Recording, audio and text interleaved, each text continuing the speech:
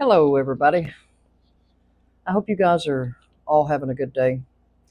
I decided to jump on and make a quick video to kind of do a part two to making it clear part two. I wanted to cover some things about Sodom and Gomorrah, and then cover some more abominations that God called some more things that God calls abominations in the Scripture. And so I won't lie, I cheated. I got much of this stuff off of Chat GPT. Already knew a lot of it from looking at other scriptures and watching other documentaries over some of this. But so that's another reason why I brought up Chat GPT, just to make it easy.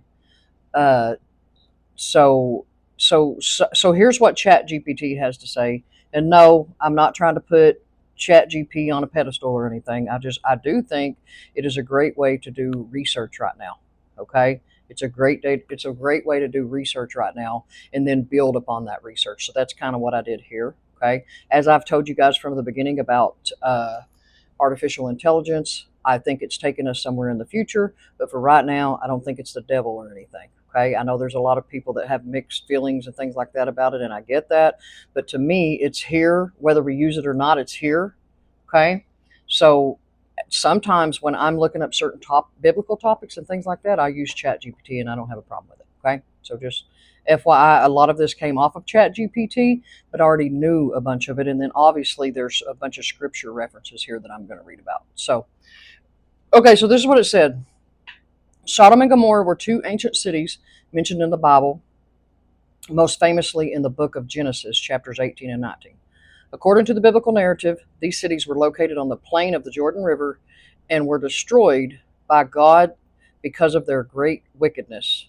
Characteristics of Sodom and Gomorrah, according to the Bible and later interpretations: immorality and wickedness. So, number one, it says inhospitality. Some biblical scholars emphasize the violation, my bad. Some Bible scholars emphasize the violation of hospitality norms, an extremely serious offense in ancient Near Eastern culture. Okay, so that's one thing that I had recently heard too, because these things are new to me. I had never heard of the other things that had went on in Sodom and Gomorrah. I had only heard that, their same-sex behavior is what created this, and that's just not true. Okay, there were a lot of other things going on there that created the destruction of that city. Okay, so number one, it says pride and social justice.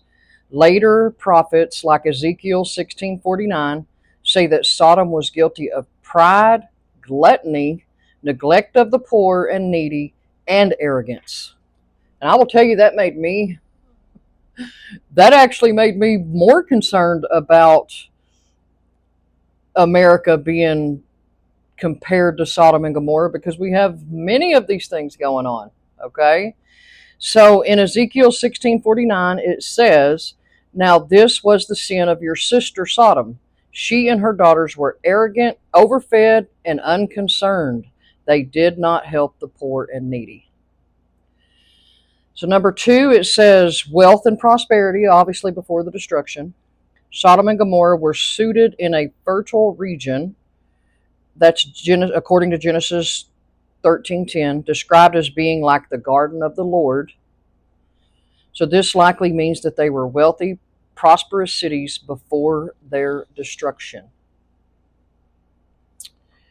Number three,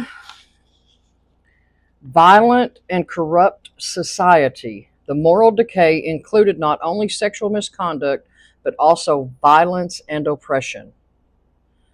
According to Genesis 19, God rained fire and brimstone on the cities, completely destroying them. Lot and his family were the ones spared, except for his wife, who turned into a pillar of salt when she looked back.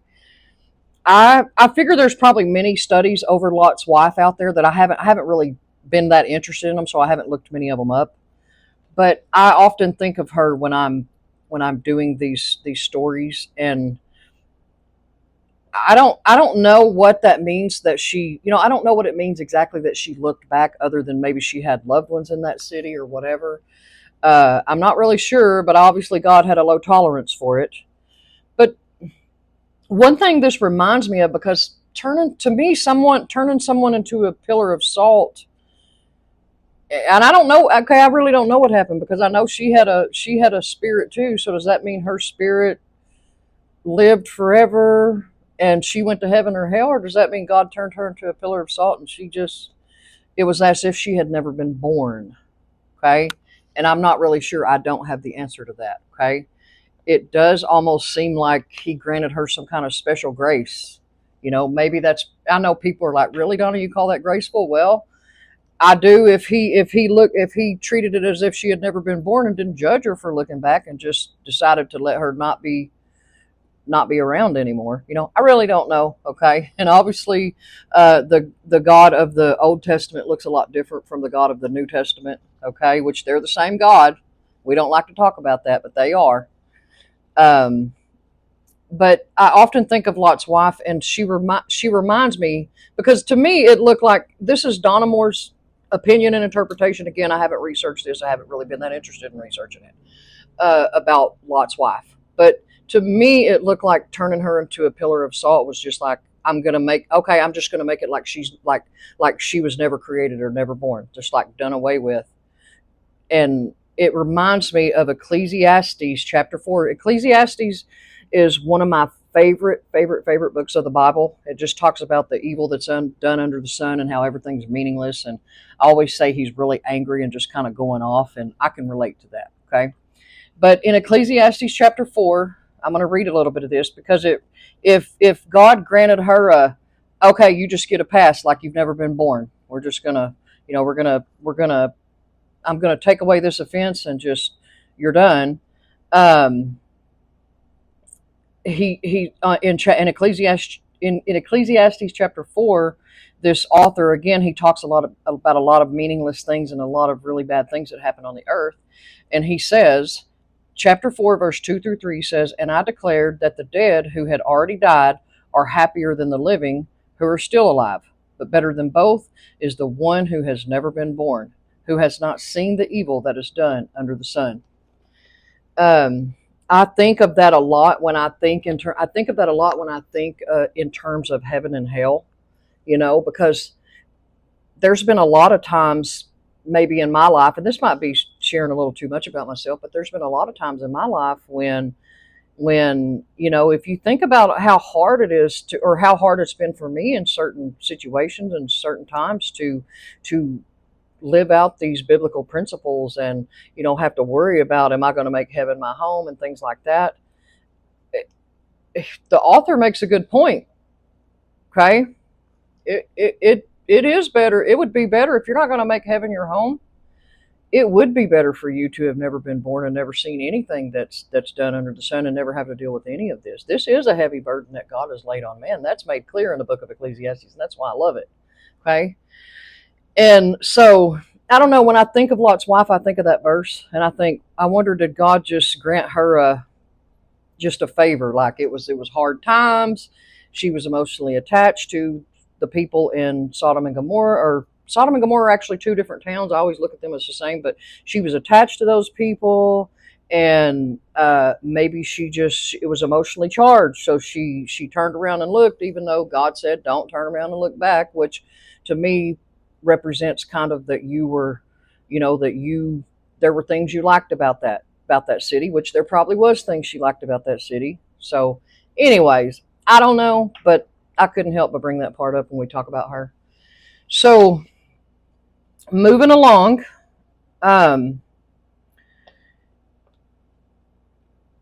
says symbols of divine judgment. Sodom and Gomorrah became enduring symbols of divine wrath and judgment throughout the Bible and later religious texts. Jesus, Paul, Peter, and Jude all reference them as examples of what happened to those who reject righteousness.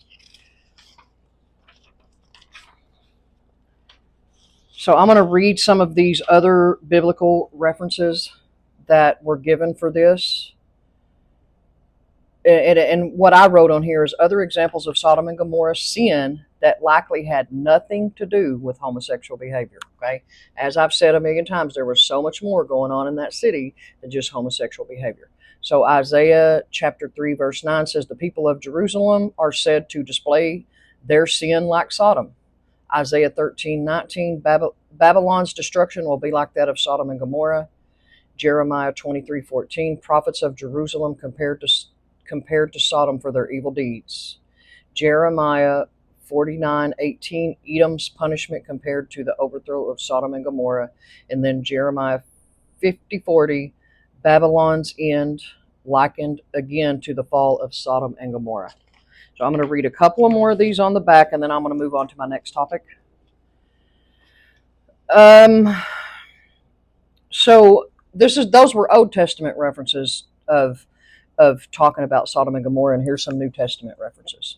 Okay, so Matthew chapter 10:15, Jesus says, it will be more tolerable for Sodom and Gomorrah on Judgment Day than for unrepentant towns. Matthew 11:23 through 24, Jesus says that if the miracles done in Capernaum had been done in Sodom, it would have remained. So that right there tells me a lot about deeds. Had they done better deeds and not been so evil and selfish and full of pride and not helping other people and not noticing their neighbor and things like that. Mark chapter 6:11 says similar context more tolerable for Sodom than for those rejecting the gospel. Luke 17:28 through 30, I find this most alarming because it says Jesus compares the days of Lot in Sodom to the coming of the Son of Man. So what that means is to me, what that means is God is saying, in the end times, which I feel like we're in, okay, I told you we're in birth pains. Okay, does that mean Jesus is coming back tomorrow? I don't know, but could he? Yeah, probably. I think Jesus is closer to coming back than he's ever been, you guys. And so what Jesus is saying here is, hey, there's a lot of people that are like the town of Sodom and Gomorrah in their sins, not just homosexuality. There's a whole bunch of other stuff going on there. And that's how it's going to be before God comes back. Okay? And I can see there's so much truth to that, so much truth. I can see that everywhere right now. Okay?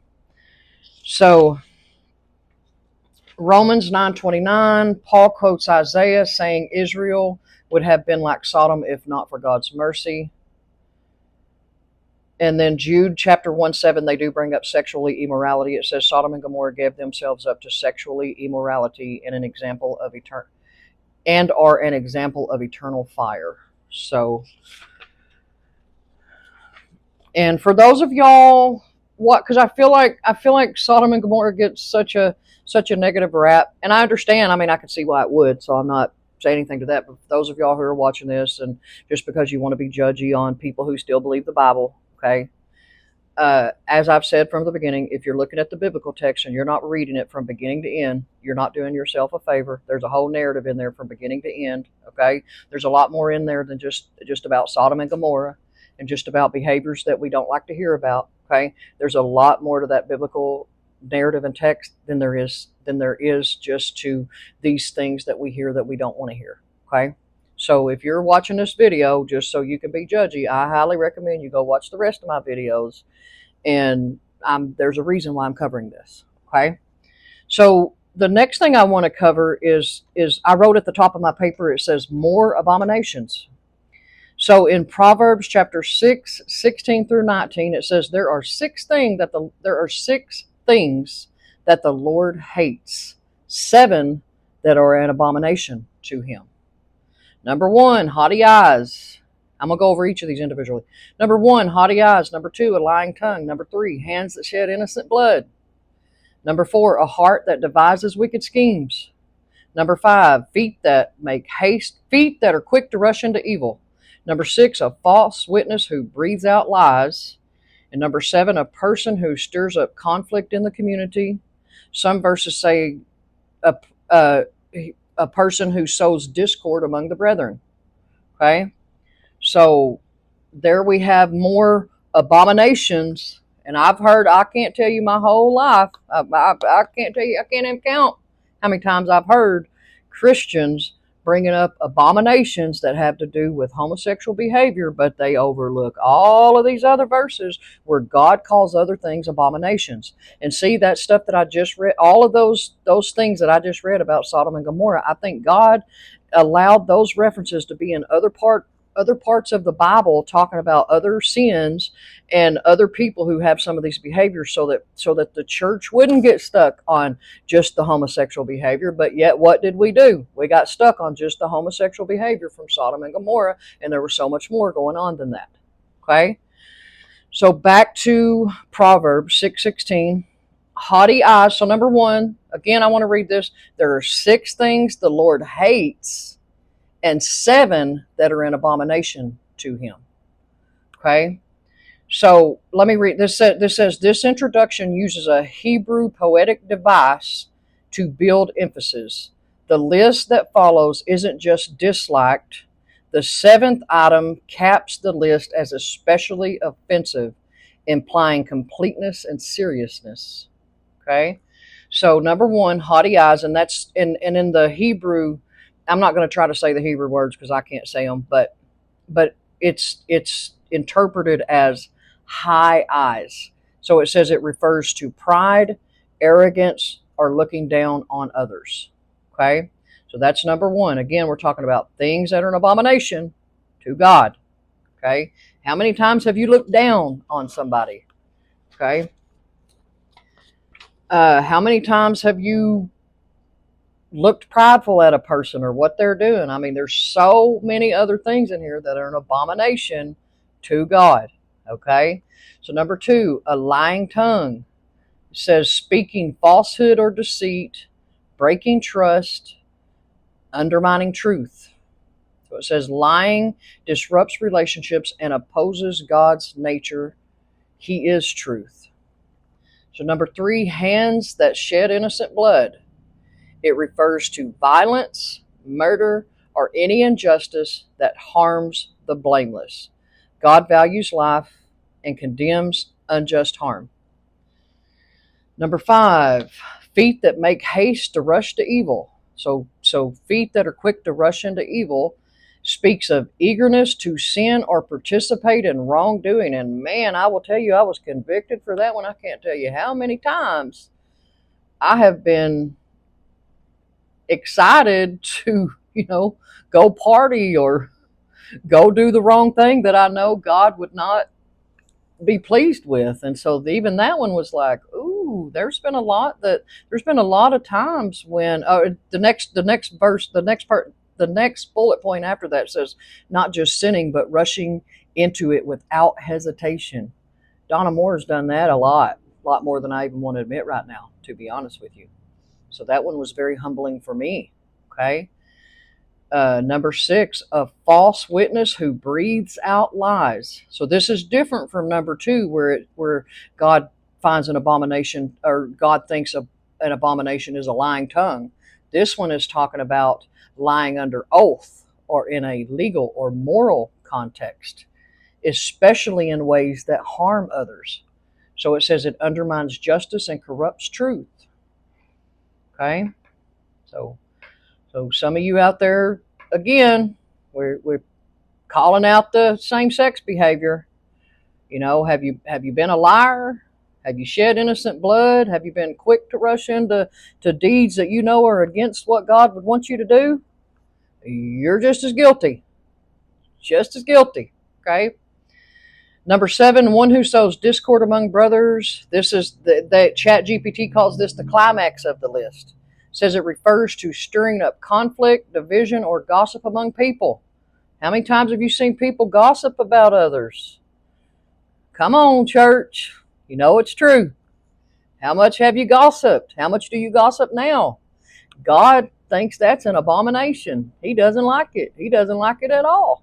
And I know for a fact it invites the demonic. Okay, nobody wants to hear that, but that gets put on the list of how demons gained access to a person. Okay? So it says it refers to stirring up conflict, division, or gossip among people, especially within communities or families. God hates this because it destroys unity, peace, and trust. felt like it was important to point that out. So the takeaway, we've got, these are not just ancient warnings. They still speak powerfully today. Whether in personal relationships, church life, online spaces, or workspaces, God calls his people to walk humbly, speak truth, promote peace, guard the heart. I wish I had a mic drop. There's a mic drop on that. Okay. How do you like me now? Okay. That needed to be said. Okay. So y'all just add that to the list of things that's an abomination that God dislikes. Actually, don't even say he dislikes it. It says he hates it. Okay. He hates it. So there we go. Let's bring a little balance to the conversation. Let's rightly divide Scripture. This was part 2 of, I forgot what I titled it. Oh, making it clear. This is part 2 of making it clear, and the next video will be things that keep us out of heaven. Okay? Behaviors that keep us out of heaven. And I understand this is where it gets a little confusing, but I will talk more about it on the video. Because there's not really a behavior that can save you. Like doing a behavior don't save you. Not doing a behavior doesn't save you. Jesus is the one who saves you. But when we get into the truth of his word, there is a certain way he has called you to live, and I believe that will keep you out of heaven if you don't live according to the way he wants you to live and in right relationship with him, humbly reverent before him with some of these things. And I'm gonna discuss that in greater detail. Okay, so all right, y'all have a blessed day. Thank you for listening. Bye bye.